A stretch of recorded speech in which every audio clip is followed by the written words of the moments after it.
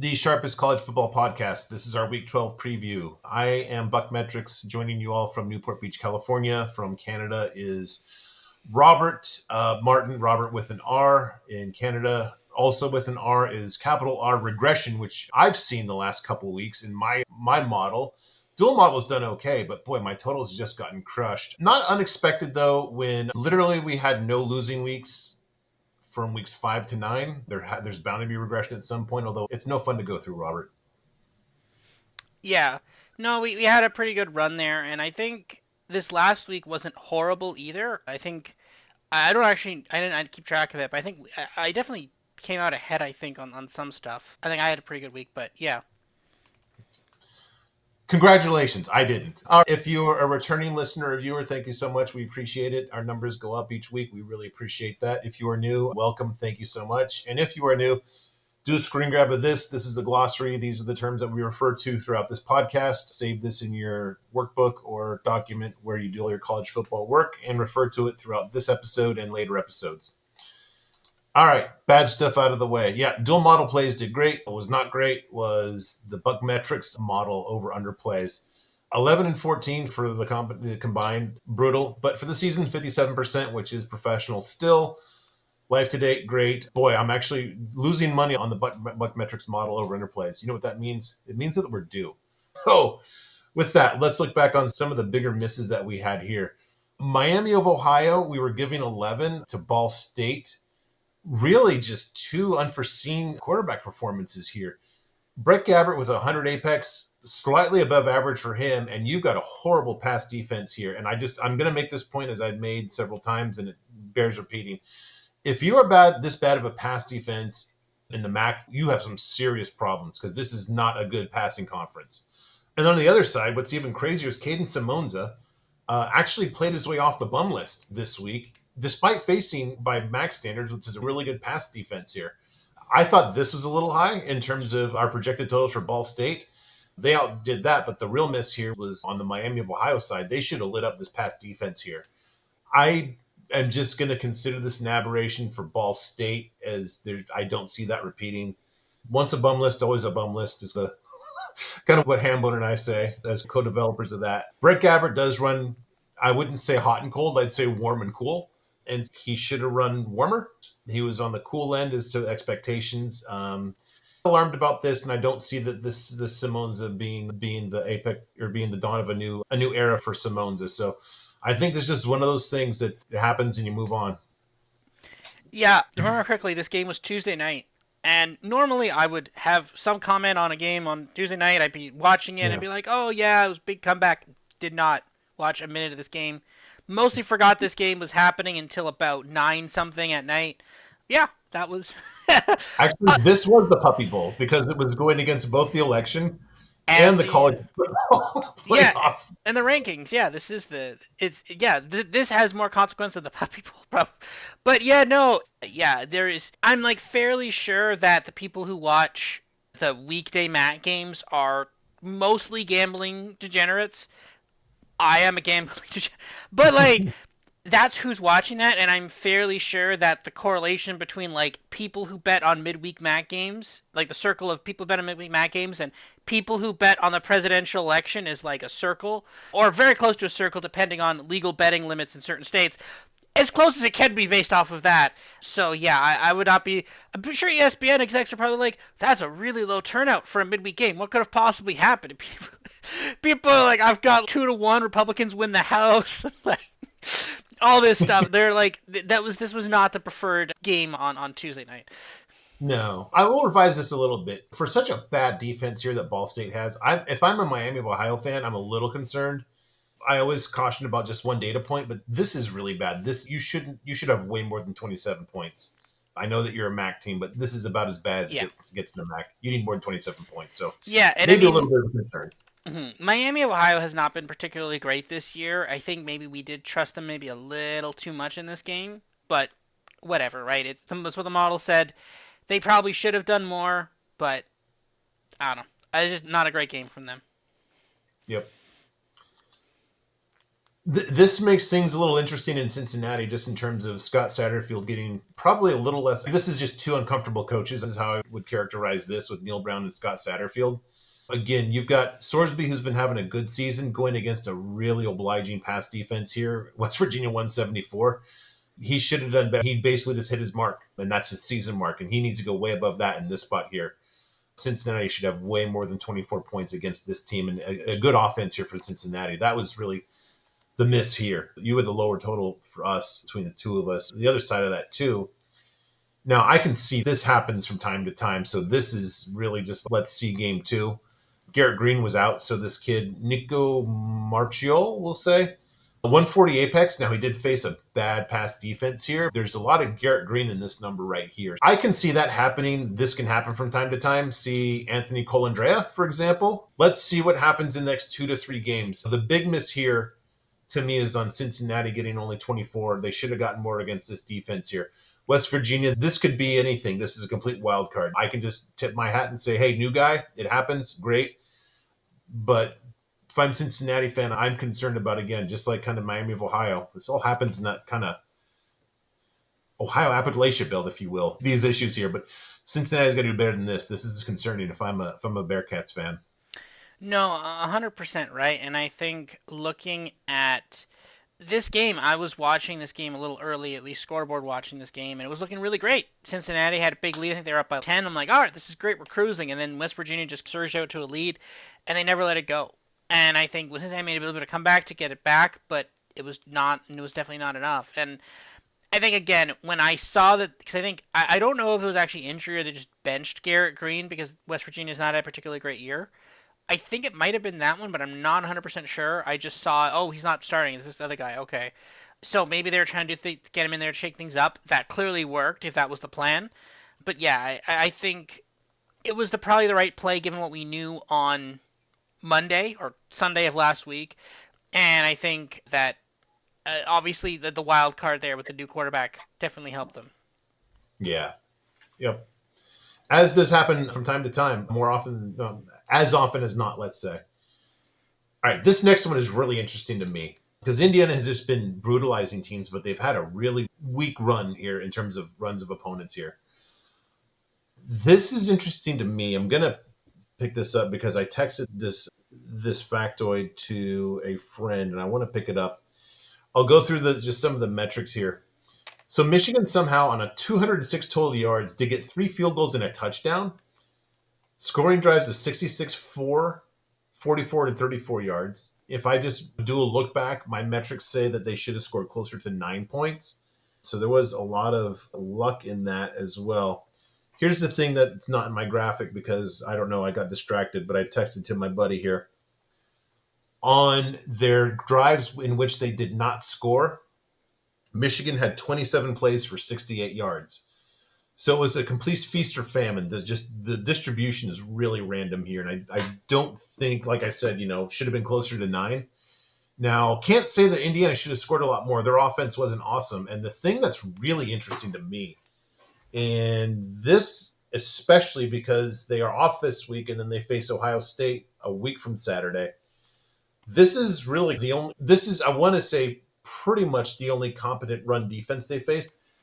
UCLA, like I said in part one this week, does have a good run defense. Maybe we set that aside because they've improved a bit, but this is a concerning number. A negative 23 GGAB. We made light bend last week versus a bad performance with a different team, and now we're seeing it again. This is really noteworthy. This isn't like a ho-hum, mediocre, below average. This is really bad. This is really concerning, and I'm wondering what this particularly portends. And we've been huge believers in Indiana, and I still am, but I'm just wondering how this portends to an Ohio State defense that is far superior to Michigan's. And that game is at the Big House versus at home in Bloomington here. Yeah, no, and that's the thing. I seeing this game and as I was seeing the score, I actually thought they were playing Ohio State next week and this was a look ahead. And to be fair, there could be a little bit of that as well. That being said, though, Signetti has they have not been doing that at all this year. It has always been laser focus on the next game, not not worry about the like oh laser focus on this game, not worry about the next game, just dominate this game. And maybe they were due for a regression game Yep. somewhere in here. Maybe this was a little Yep. too steep. But again, you know what? They have had a really good year this year. I'm not holding this against this Indiana team. I'm definitely I think gonna still be betting on them in 2 weeks when they play Ohio State. But yeah, no, I I that 23G gap is a little concerning. But to be fair, Michigan, they actually do have a good defense, right? There's a lot of teams we talk about that do not have good defenses. Michigan actually does have a pretty half decent defense. So if there was a team to only put up a negative 23G gap against, Michigan would probably be one of those teams. Yeah, and I do make a point of often saying don't just use a team's best or worst data point and say this is what they are, because I did a graphic on that that your best and worst are very far from what you are overall. Other thing that's interesting too is that we actually this they should have scored 9 points, which is really exactly just the average between your model and my number too. So really the miss was on this side right here on the Indiana offense. So again, like, I guess a lot to be learned when they face Ohio State. I don't know. This is interesting to me. So Eli Holstein has a bad game. I don't know if he was injured or they just benched him because he was not having a good game. Good game. I think he did get injured, but I'm not sure. Okay. Because I can tell you who did not have a good name or a good game or a good name is his backup, Nate Yarnell. There's a 70s band called Shields and Yarnell. I'll have to look that up. But a negative 112 Apex is not good, Robert. I don't know if that's breaking news to you. What's really bad is I like the work that the Virginia defensive coordinator has done at times there, but this is not his best season. This just does not compute. You've got a pretty good passing game against a really bad passing defense here in Virginia. These performances do not make sense at all. I'm a little concerned because let's not forget this is just bad for who's been a okay but not great quarterback. When the backup is this bad, I'm just concerned about is this a system that only works for one guy? And let's not also forget if you one of my favorite sentences to say this year. If you take away the 3 pick sixes against Syracuse, it's not like this offense was great against Syracuse either, and that's not a good defensive team. I think there's some holes in this Pitt offense here. Now they're a defensive team, but this shows me that this offense can be a liability at times because it was hardly doing their part of the bargain in that wonderful Syracuse game. Are you saying that maybe Narduzzi has made a bit of a tactical error somewhere in along the line? No, it's yeah. I think this Pitt team is good, but I think there is some this team has not been the most tested, right? We talk about how the ACC is kind of down. Basically, it's a I guess it's like a three-ish horse town between Miami, Clemson, and SMU, and then Mm-hmm. there's a steep drop off, and Pitt is definitely part of that steep drop off part.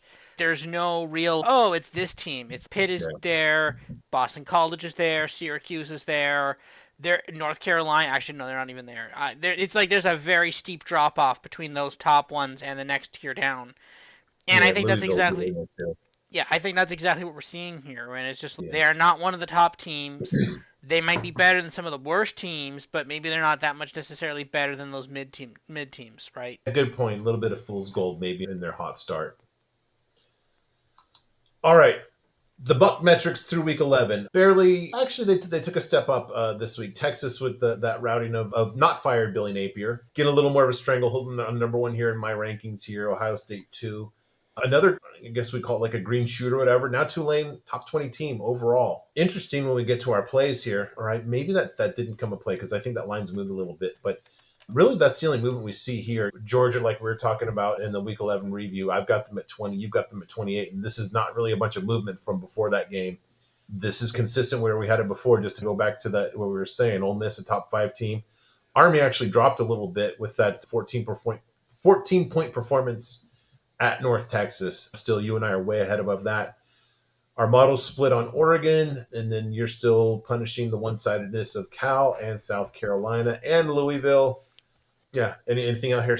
Anything here stick out to you? So I think it's important to note that and Georgia like barely moved in our projections, Yeah. which is I Exactly. think very key because I mean again we don't have the infallible CFP rankings for this week yet, We won't until, It's I not. don't know, some other important world event happens. They decide to go live at that exact moment to give us the next set of rankings. But the thing is, Georgia has clearly dropped. I think they're around like 12th in the AP or whatever when they were, I think, some insane 2 or 3 before. I think the three, they were three before. We had them here, and we, in our model, the better team won, and we left everybody where they are. That is not how other traditional rankings work, and I am infinitely more in favor of ours than theirs. We thought Ole Miss was the better team.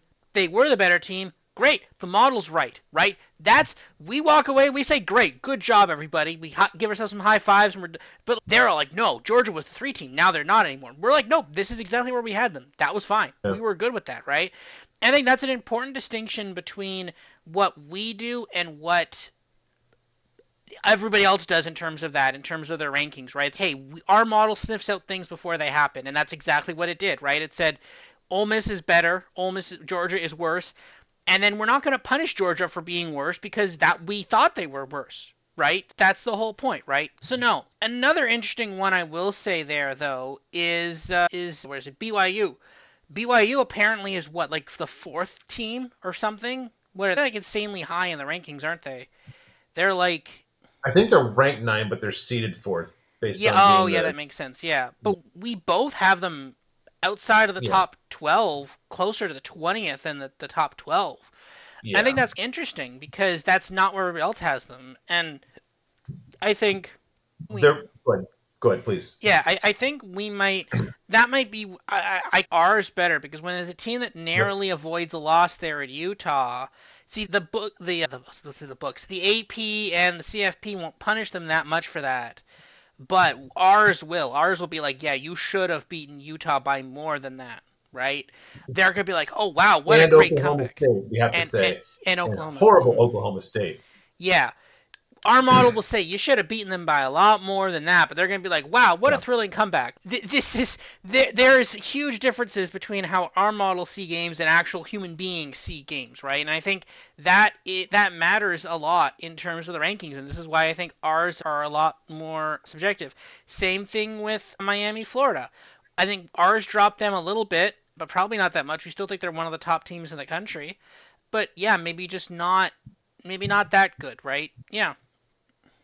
Yeah, I would maybe phrase it a little different way. Instead of saying you should have, I would say that we measure it against the barometer of here's what an average FBS team would have done.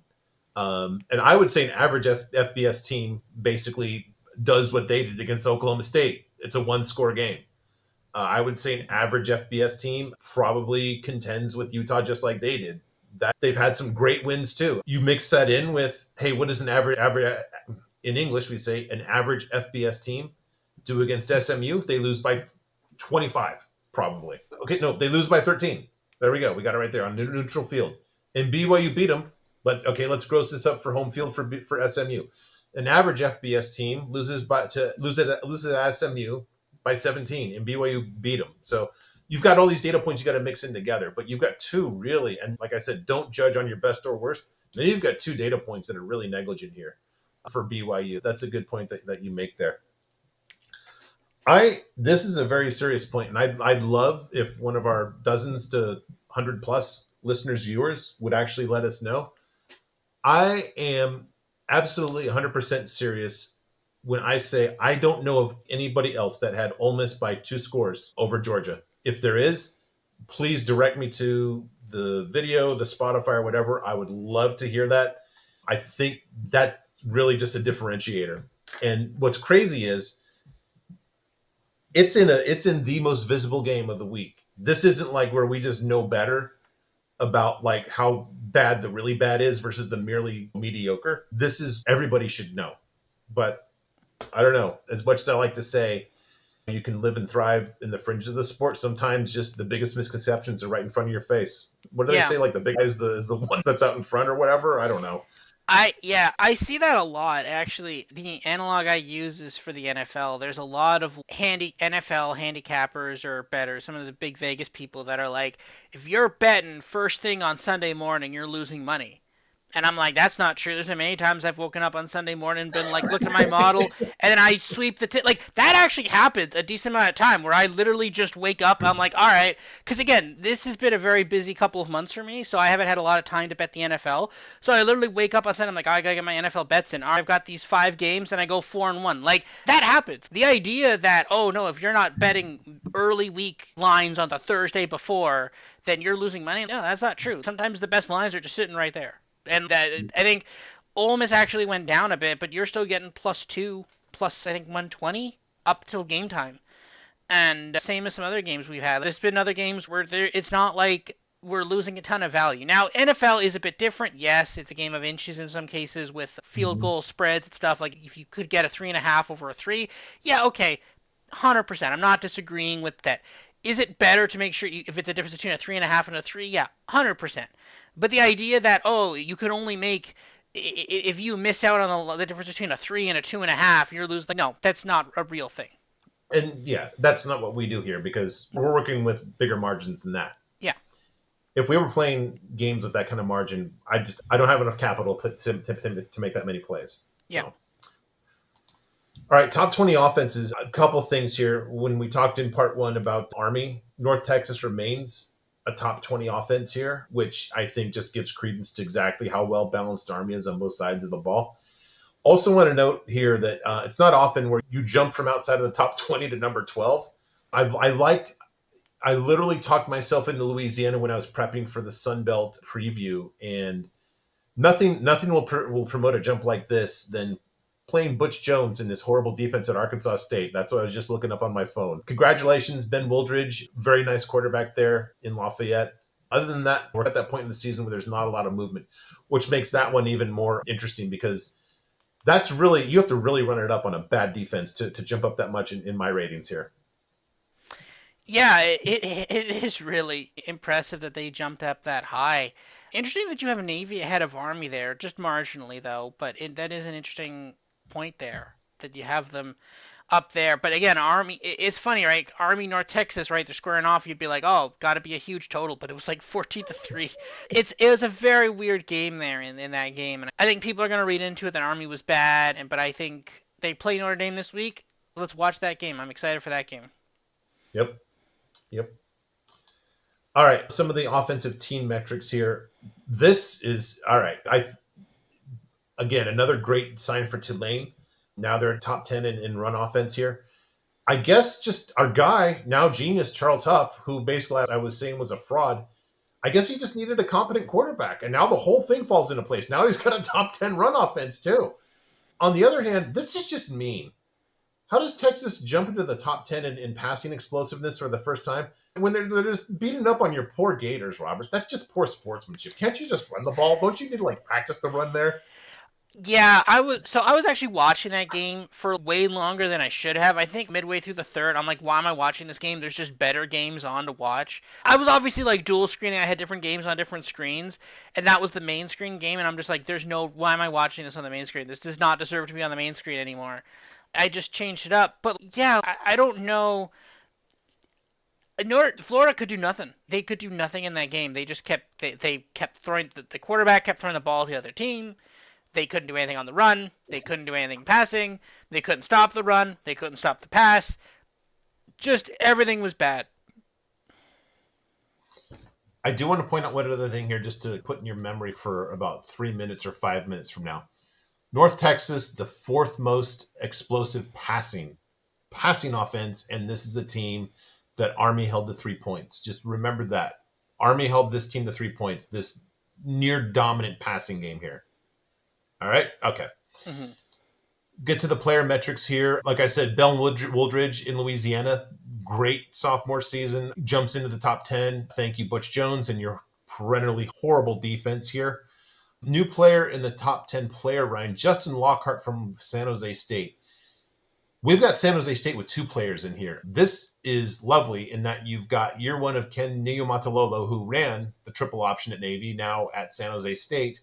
And this is working out great. And this is the offensive coordinator's first season, the offensive coordinator, too. And I wasn't really sold on that quarterback in that week. I think it was a week 0 game. It was on True TV. A lot of good signs for San Jose State. Not a coincidence that we really like them against Oregon State straight up. That was just one of the all-time just money line steals. Yeah, that was a really good play by us there with San Jose State last week. But yeah, it's interesting that Dylan Gabriel is a tad lower there on player apex. Again, take a little bit of a hit there. But again, right? It's funny because people are like Shador Sanders. Again, it was just I was giving them credence there, and I think that basically today, since yesterday's Dallas Cowboys debacle, where apparently at the end of the game Jerry Jones was blaming the sun for their I think it was like a 36-3 loss to the Eagles. It was bad. It wasn't even a competitive game. It's because of the sun. They're like, because I guess the sun was interfering with the Cowboys players, and because they designed the stadium stupidly, where it was the sun would interfere with one of the teams, and then Jerry Jones. It's actually funny because he went on this whole long rant about, oh, we knew this position of the sun months ago, and we could have planned for it then, and we did, and the idea that like we knew it was coming, so we were prepared for it. It's just like he's like, and then he's, what do you want us to do? Just tear down the stadium and build it again? No, you can put a curtain or something there. You don't need to tear down a $3 billion stadium. You could just fix the problem that everybody told you about, like when you built the stadium years ago. But no, it's funny because now after that whole debacle, now they're like, okay, the ESPN shows have decided that what the Cowboys should do is simple. They should not really fire Kevin McCarthy because he's not on contract, so he's just not fired. Kevin McCarthy was already fired. You're thinking of Mike McCarthy. Mike McCarthy, sorry, that's right. Yes, Mike McCarthy. Mike McCarthy doesn't get fired. See, this is the best part because he should be fired, and I think deep down Jerry Jones really wants to fire him, but he's not gonna fire him because it costs more to fire him than just to not renew his contract. So the idea is Mike McCarthy just walks away, and now they've decided that ESPN has decided that what they should do is they should hire Deion Sanders and they should draft Shador Sanders. And that's insane for many reasons because one, you just get rid of Dak Prescott, a guy you signed to a multi tens of millions of dollars per year contract, and you draft Shador Sanders because I guess it's his son and he likes his son. I don't know what's the plan here. That doesn't make any sense. And like again, sure, could Shador Sanders be a good NFL quarterback? Sure, not on the top 10 Apex list though. Just pointing that out. Yep. Not That's not a LeanTossup / BuckMetrics approved idea to do that, by the way. ESPN. Yes. But that's the thing. Yeah, like it's just crazy how Shador Sanders gets all this hype and he's not even on our top 10 list of best quarterbacks. But okay. Yeah.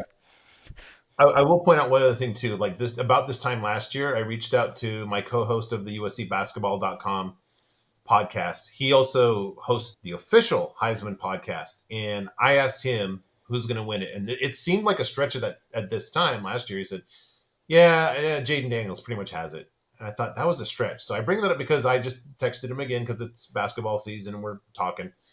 I said, "Does Jackson Dart have a chance here? Because look at this. He is like by far and away in Apex. And this is almost exactly what Jaden Daniels had at this time last year, too. He said, nah, doesn't have a chance. So not going to argue. This guy knows his stuff. But boy, I don't know, it just feels like Dart should be a finalist. And he had his moment. Last week was just it. So That's the thing. Speaking of it, now apparently we've just decided to give it to Travis Hunter for some reason. I'm not sure why the college football world has decided to give it to Travis Hunter. Just because he does cool things. It's so dumb because the NFL MVP is also such a dumb award that they just give away for whoever had a really cool game towards the end of the season. But that's literally what it is. It's not even. It's like there was like a stretch last season where it was like, oh, it's gonna be it's Mahomes, but then Purdy beat Mahomes, so now it's Purdy. But then Lamar beat Mahomes, beat Purdy, so now it's Lamar. And then they just didn't lose a game for the rest of the season. All right, Lamar Jackson wins it. That's the stupidest possible way to give out this award, the stupidest way. It makes no sense at all. But yeah, I guess we've just decided to give it to Travis Hunter because he plays both sides of the ball. So it's just like, why do we bet on this? This is such a stupid thing to bet on. Like especially when there's just no rules. There's no rules. The rules are just made up as we go along. So like, why would we even? We could try to apply logic to it, but it doesn't matter because it's just, oh man, this guy made a one-handed catch. He's the Heisman favorite now. So that doesn't like it doesn't well, even. That's in not how. fairness, neither you nor I know cool stuff. So we're at a disadvantage there. That's So, all right. The bum list. Hey, we just spoke about this guy a few slides back. Anthony Colandrea to number 6. Oh, how the mighty have fallen. This guy was going to Interestingly, just as Virginia actually beats Pitt, I don't know how this happens. Sometimes this sport just makes no sense. I'll just say that. Also, Jalen Rayner, one of the best freshmen last year, he's got to get out of Arkansas State. He needs. He has to go somewhere else. If he's not damaged, you know what? I was going to say if he's not damaged goods, who else was damaged goods? DJU. Maybe Mike Norvell can fix Jalen Rayner. Do you think so? I mean, you gotta take a shot. What can you get if you're Mike Norvell? Like, there's not much You might you hurt can. Brock Glenn's feelings. What do you even do if you're Florida State? You have to, and I'm sure the dialogue about this internally is already happening, where it's kind of like, okay, who can we get? Slash, who can we bribe to come here? And it's basically, it's, yeah, Rayner's available. You're looking at this list. You're looking at a couple other lists. It's just who, I don't even know. And again, it's just, all right, cool. We have a quarterback now. Who is he throwing to? Who's running the Yeah, ball? Who's there's that. defending Yeah, him? Who's going to stop the run? There are so many other holes in that team that even just getting a quarterback doesn't even fix all the problems. yeah. The other thing too, when we did our Week 11 preview, and you saw that awesome fourth quarter that Ben Goldbranson had for Oregon State, you're wondering why was he in there? Here's the reason here. Number 2 on this list, Giovanni McCoy. This is not the guy you want to save that game either. It's pick your own poison when you're talking about Oregon State and the quarterback position. Oh, where are you? There we go. All right. Defensive power ratings. No real movement here. No new teams. I will say that Alabama being top 10 might surprise some people. James Madison sneakily top 10 here. They have just been an under machine this season in that they tend to play these crummy teams a little too close to the vest, but they are just a really solid offensive team. Maybe a Sun Belt version of last year's UCLA team. Yeah, they are. They finally they got us back. They let us down a couple weeks. They finally came back for us. That's good. They just decided to just absolutely destroy some other team. I don't remember what the team it was. I just remember them destroying them. So that was good. Um, but yeah, no, James Madison is like not a bad team. I'm not sure if they can get into the Sun Belt Conference Championship game. I think they definitely still can actually. Yeah. Um, but I'd love to see them in that game. I think that'd be fun. Yeah. The other thing too, quietly Notre Dame. Now they jumped to number 2 on defense here, and this is not like these are two exceptional defenses here in Tennessee and South Carolina. Notre Dame, if they can just figure out how to get Riley Leonard together or to get him like to the Duke version of Riley Leonard, they could make some noise in the playoff. I'll just say that. All right. The other team metrics here. This is where things get really interesting to me. No new teams in either of these. We're just talking about James Madison. Back to that point I made about Army. I have them as the number 3 run defense in all of FBS. Now, this is not adjusted for strength of opponent, so they're not that good, but still, this is literally all you could ask of them. And I do want to point out again, like I said about 5 minutes ago, they held an elite passing offense in North Texas to 3 points. So they're good against the pass, they are good against the run. They haven't played a top team yet, but this is an interesting team. I wish they didn't play Notre Dame so they could sneak up on people if they got into the playoff. Uh, Notre Dame is very ascendant. I don't know if they can beat Notre Dame. I hope that doesn't hurt their playoff chances. But this is a complete team. This team can throw it, they can run it, they can defend the run, they can defend the pass. Let's just see like to what level they can actually perform like that. Because I love this team. Yeah, I really do like Army, and I can't wait to see them this week against Notre Dame. I think they might be able to do something.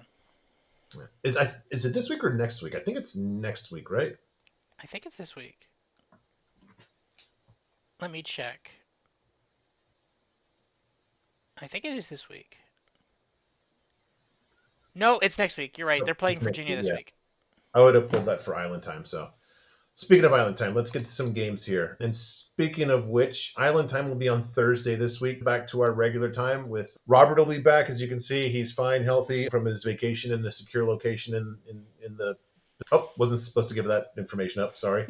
And Doug will be back with us. Thank you, Isaiah, for filling in. Our first dual model play this week. This has moved, not surprisingly. It's still a dual model play. When I saw this number drop, it actually dropped at 7 and it moved up to 7.5 by last night. This is up to 10 now. I think I got it today, but this is still a play. we're at that point of the season where we're seeing a lot of convergence between your model and my model on a lot of these plays. This is one here. We've got basically call it 42 to 17, 42 to 18. We're both on the same here. Eastern Michigan is really, this is okay for Mac, but boy, this is a bad defense for them. Ohio, not a great passing offense, but by Mac standards, it's okay. And look at this again. Just to repeat a point I made earlier, if your passing offense or your passing defense is that bad in your Mac team as Eastern Michigan's, you might want Robert Martin as like a free safety because he could probably be a bit of an upgrade. I've grabbed this one already. This just these are two teams in totally different parts of the MAC as far as I'm concerned. Yeah, Eastern Michigan not good.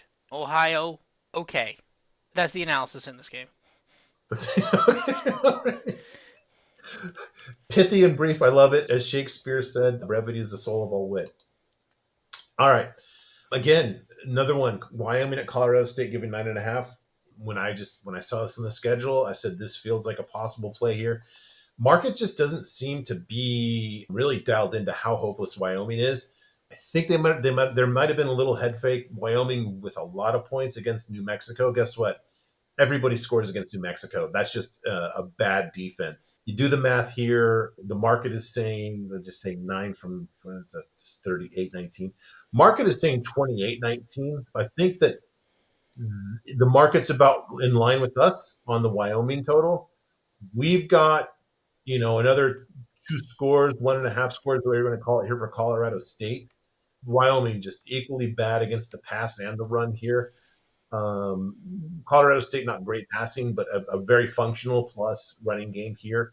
We've got some physicality here in terms of your GGAB versus defensive GGAB, and you've got the absolute inverse here. This just shows me this is a really weak in terms of a line play here. I don't get why this number is so low. This should be a lot higher in my estimation, and just my eyeballs line up with both of our models here. So I've already grabbed this one. Yeah, I like this one as well. I think it's weird. I think yeah that you mentioned that head fake and that's a good point there as well, right? I think people are saying like, oh, but Wyoming was competitive against New Mexico. Everybody's competitive against New Mexico. FCS teams are competitive against New Mexico. Does not mean that they're good, right? And Wyoming is definitely not good. Colorado State also not particularly great, but again, it's only 10. I think our models are. This is basically the same number. Usually that works pretty well. So yeah, I like this one too. Yeah. All right, this one scares me a little bit, and our numbers have it basically a field goal game on both sides. I think this might have moved to 9.5, and so if it's a play at 10, you've got Clemson by 8. So is this maybe like down to 8.5 now? Does that sound right? I can look No, this I'm up real still quick. seeing I'm seeing 10. Maybe if Okay, it's Holstein's a play out. at 10 then. Actually, no, I got the math backwards on that. Yeah. No, it's still a play because yeah, it's on Pitt here. I after we talked about did the look back on what Pitt is on offense. I look at that just that passing performance, and you got this the strength of the Clemson defense is not the same as prior years, but really it's this passing defense is not a problem. It's more of a running defense issue here for Clemson. Pitt's okay running the ball. Clemson's just better. I'm getting 10 points. Our models have this close, which I guess is comforting. They have it at a field goal game either way. Just like I just said, in doing the sharpest look back on Pitt, it's that offense is a bit of a concern. Got this one, didn't play it for a full unit, and I'm trusting the models more than I'm trusting my eyes and my heart on this one. Not my heart, my eyes and my brain on this one. The thing is, the models could be seeing something here that we're not seeing. Remember, we didn't have Louisville as a player. I think I had Louisville barely as covering against Clemson, right? And Louisville did go on to win that. We had said Clemson was due for a loss. They were not nearly as good as people thought they were. And now we get to this point where it's, yeah. Now the thing is, Louisville, not a good defensive team. I think they only held Clemson to like, No. what, 23 points? Yeah, What could this Pitt team do against that Clemson team? I was just looking at that. You've got the best unit on the field in this game is the Pitt defense here, and they do not. This is interesting too. You've got a good running game here against a really stout run defense here. This almost would be a good island time discussion too. Yeah. I'd be curious what your model has in terms of Clinton G gap for the game here. That to me is it. I guess this is why I guess I have more faith in it being close. Is that, you know, unless there's just stupid things on the Pitt side of it, this should keep it close. They lost to Virginia, but at least they kept it close with that horrible. Yeah, there you go. With that horrible passing performance against Virginia that we just dissected. Even if they're that bad, the defense could keep it close here. Okay, I don't feel as bad. Does that sound plausible to you? Yeah. Do you think that we don't know the status of Holstein, but do you think that a negative 120 apex is repeatable? Even just by random chance. Yeah, it's exceptional. Is Grayson James still available? I'm looking up here too. Speaking of them, okay. Oh, Shields and Yarnell are behind the Muppets. That's how I know them. Okay, the Muppets is another thing that's way too old for you. Do you have any idea what the Muppets are? Oh yeah, I love the Muppets. Yeah. Okay, that's maybe this Yarnell. Nate Yarnell is like the grandkids of that Yarnell. Yeah, okay. Yep. Pitt defense, please get us there. Faith in Narduzzi. Maybe he had his Narduzzi moment. He's really been good this year. Not even a contender for Narduzzi this year, really. Mm-hmm. Surprisingly.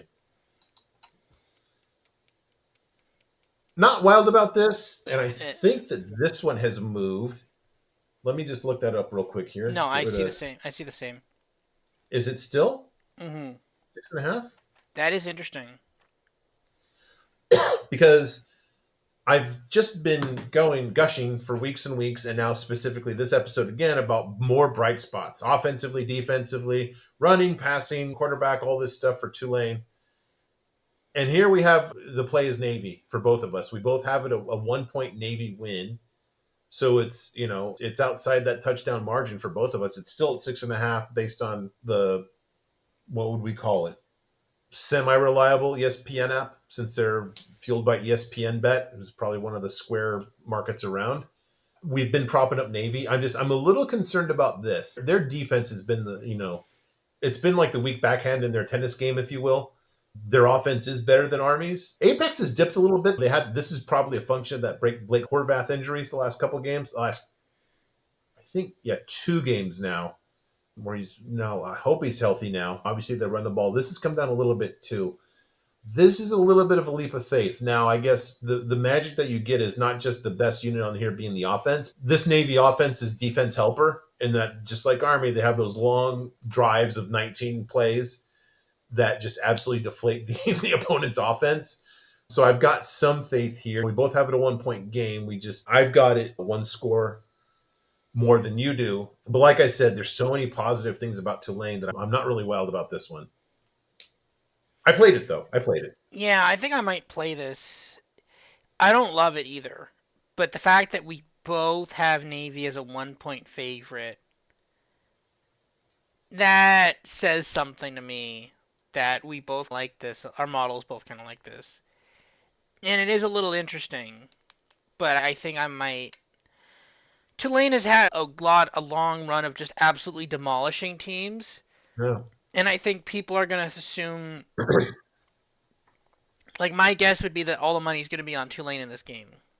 That people are going to be like, oh, Tulane will destroy them. Navy's not that good. But it's weirdly that if Navy was the favorite in this game, I think, okay, obviously they wouldn't be the favorite. We only have those a 1 point favorite. But like, if this game was closer, I'd be more worried about it. But I think because it's 6.5, they're banking on people just throwing everything at Tulane, being like, of course they'll cover the touchdown. But remember, it is at home too, because Navy is in New York. Annapolis, Maryland. Close enough. Wow.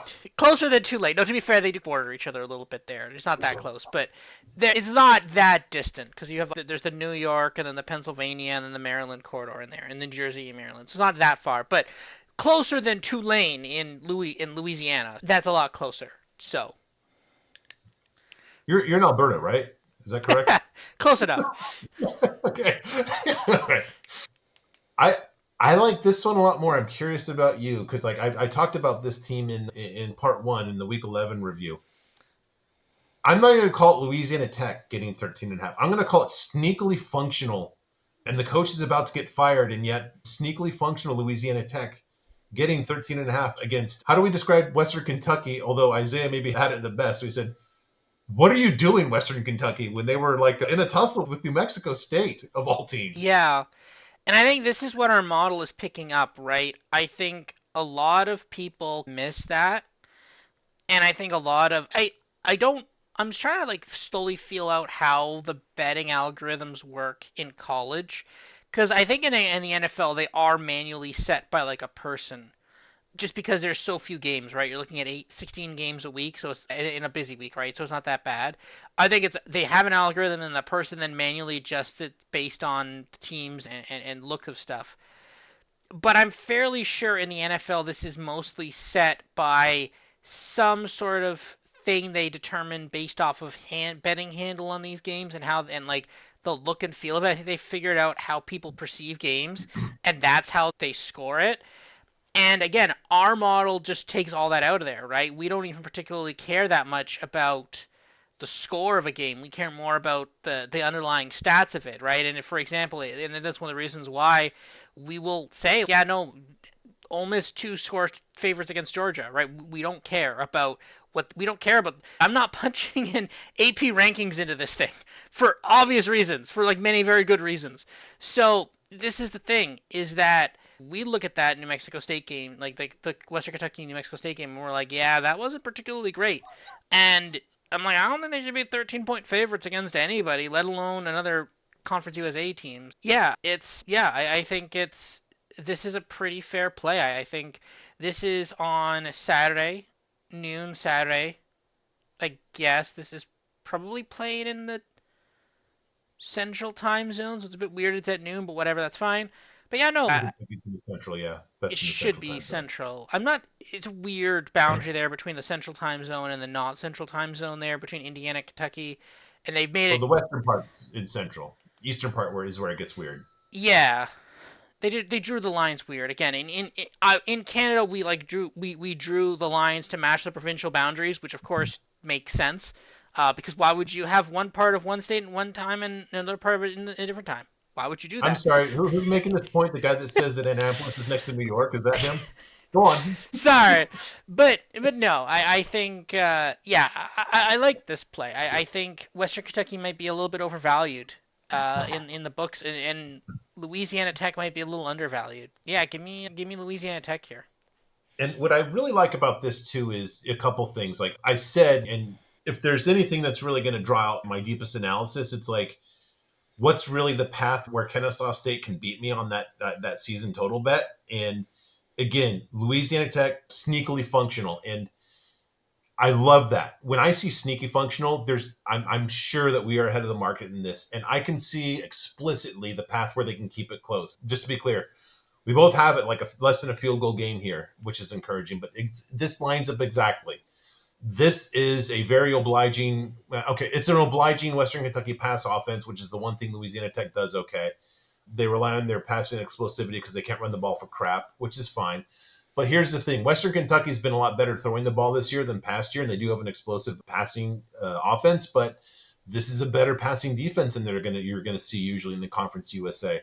Just that alone lines up with you've got week on week, so maybe this is a wash here, and basically there's an advantage here for Louisiana Tech. Actually, if I look at this neutral field, Louisiana Tech would be a favorite here, which is interesting too. So I would have never picked this up. Kind of call this a UFO play where it just flies in once I run the numbers, but I love this. So very full unit play on this one. Another full unit play. This one is just easy peasy. Thank you very much. You've got basically BC with two scores. I got it with one. We both got SMU with basically 5 touchdowns here. The cake's kind of baked this year for Boston College. I think good job by O'Brien considering what he does and the hand he was dealt, particularly his quarterback's not a great fit for him. SMU hitting it on all cylinders now. They're by far playing their best ball of the season. It's at home. What else is there to say about this? These are just two teams at totally different spots. You know, a lot of margin here. You got over what I've got 8 point margin. You've got 12, and we've talked about SMU a lot. We talk about it every week how they're just good. So I think the market's just off here. I agree. I think SMU is just a better team. This is inched up a little bit to 16 and a half, but that's still a play here. I think we're still pretty strongly on SMU there. Yeah. I am just going to.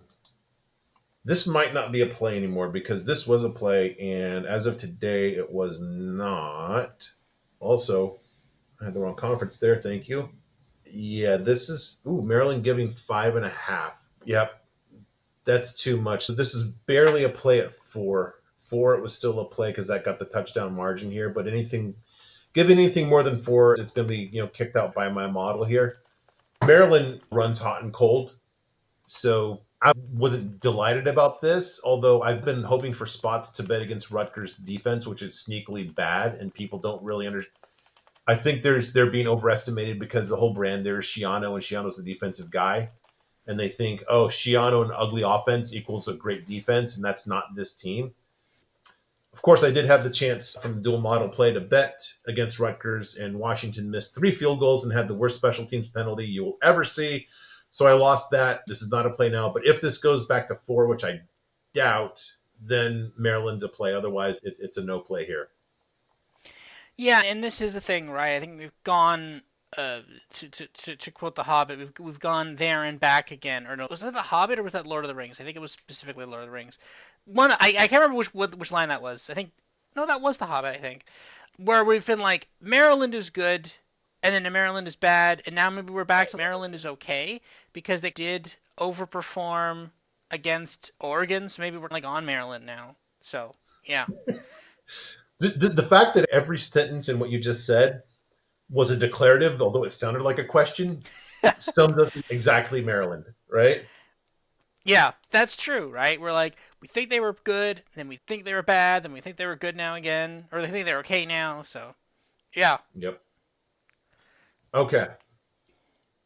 I like this one, although it scares me a little bit because we talked about how basically this team can make other offenses look really good.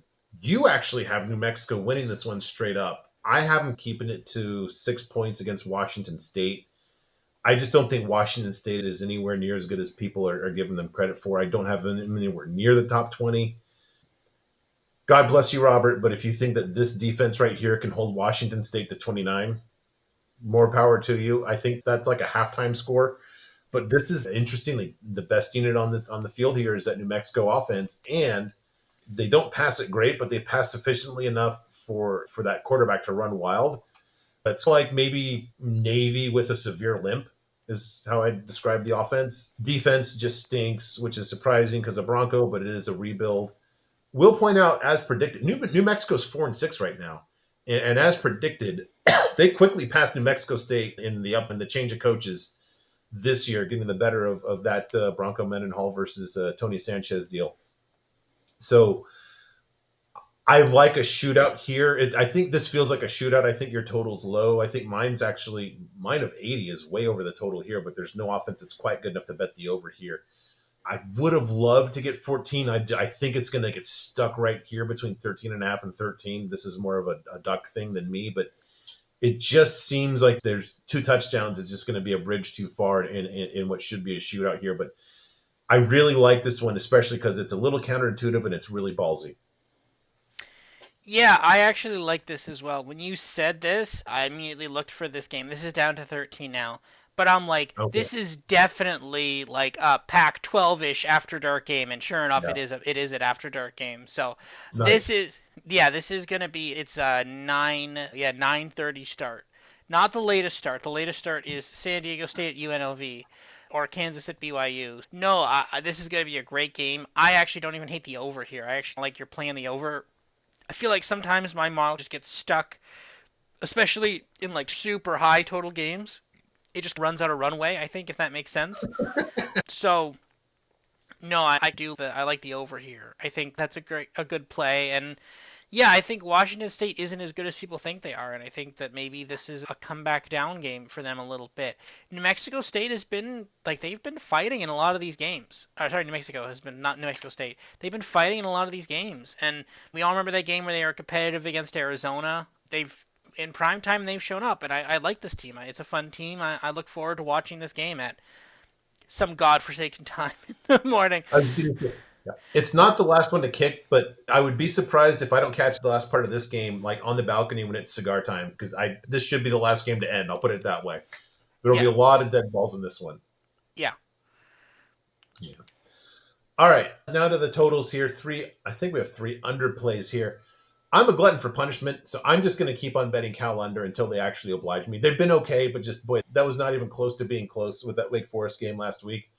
Maybe Syracuse can be a little more obliging here. Now they do have an explosive passing game. The inability to run it all, and you've got a really good Cal passing defense here. I think that should be enough. What scares me actually, not to revisit the issue in the Week 11 review about the Cal offense, but this is a sneakily functional offense here. It's above average for FBS. You've got a 114 apex.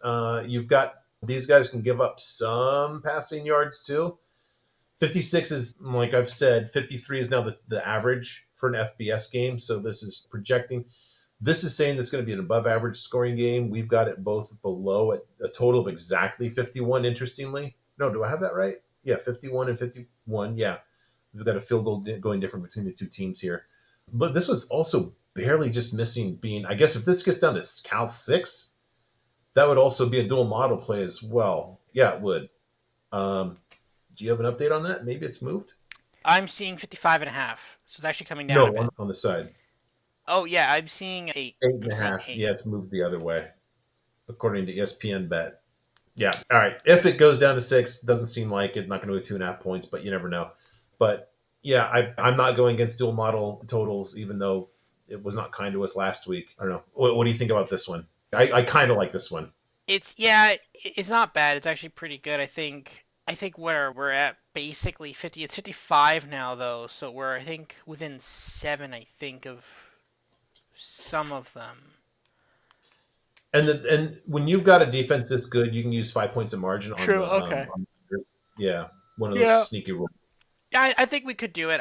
I do worry a little bit about last week where Wake Forest just kept scoring, but Cal was eventually able to win that out. And there is some pacing in that where it's okay, we score quickly, then we score quickly, right? So I think if you have Cal that's able to much better control the game and just grind it out, grind it down, and Syracuse is not necessarily the fastest team in scoring either, I think you can get to that under. To that point too, Justin Wilcox has been showing he's willing to able to run to throw the ball, but I think if he sees this opportunity here that the Syracuse run defense offers, he might just take him up on that all day. As a former defensive coordinator and a former linebacker, I'm sure that he would, all things considered, just be very comfortable running the ball versus passing the ball. I don't try to suppose, that doesn't go into my analysis, but it's just it's a little form of comfort too that like he could just see that, oh, here's an opportunity, let's just try to run the ball. The wagon is back here. The JMU underwagon. Again, they've just been a machine. We've got pretty different results for JMU in terms of their margin of victory, but we've got the totals pretty close. I've got 42, you've got 44. Market's at 52. Curious, I'll look and see if this has gone down since. I've told the whole James Madison story. They've been under machine. I guess sneakily, too, as you might remember in the early season, Alonzo Barnett III had just a scorching beginning to the season. And this apex has gone down steadily quite a bit, which I think is probably taking the market some time to react to. Remember, he just lit up North Carolina for what 50 or whatever that was that crazy game where they beat North Carolina early in the season. This is not the same offensive team now for whatever reason, but defensively, it's not the same defensive team either. This is about as good as it gets on both sides of the ball. 40 apex and a 37 defensive GGAB. So love this. This is a full unit plus play for me. I'm curious if this total's gone down. Yeah, 52 and a half. All right, another half point. I'll be happy to take that. Yeah, I like this too. It's weird that we actually have. I have more of a blowout. I have a 20-point margin. You have a similar 32 to 12 and 25 to 17 seems similar, but there is a bit of a difference there. I think you have the balance of another touchdown going towards Old Dominion. I have it mostly going to JMU, right? Some differences there, but I think again we're seeing a same kind of game where JMU is physically controlling the game, mostly doing the scoring and taking it from there. So yeah, I do an underplay here. My model likes the JMU play, but Yeah, and to that point too, like we've said, just anecdotally, addition to the to what the data's saying, I see this being just this is such a likely outcome in that they've been so good defensively. Old Dominion's not a good defense. I can see that split the difference here. Let's call it 15 points, 14 for Old Dominion. And JMU, like we've said, they've weirdly hung around. They've screwed around too much with like lesser teams like Old Dominion too. They just let these teams hang around too much. And I could, for better or worse, I could see again split the difference here, like 28. So 28 to 14, we got plenty of cushion there. All right. Last one here. We have Tennessee and Georgia going under. So this is an underplay. Since we're not playing a side here, and this is a big game for the week, we're also going to talk about this in Island Time with Ducks. So let's just limit this one just to the total here. Okay, sorry. Yeah, I've got this. Yeah, 40, 40 and 3. Yeah, I dropped the total in there, not my total. So I've got this. I've got the total at 40, and I've got Georgia by 3 points. So we've got this almost. I've got this. What would that be? Let's just call it 4. So it would be. I've got this Georgia 22 to 18. So almost we've got this basically less than a field goal game here. Um, Georgia defense good-ish, not great. Tennessee's defense has been consistently good all season. You've also got, let's just see, now that he's been awesome, he's been good, but Nico was dinged in the last game. Let's see how good he is this year.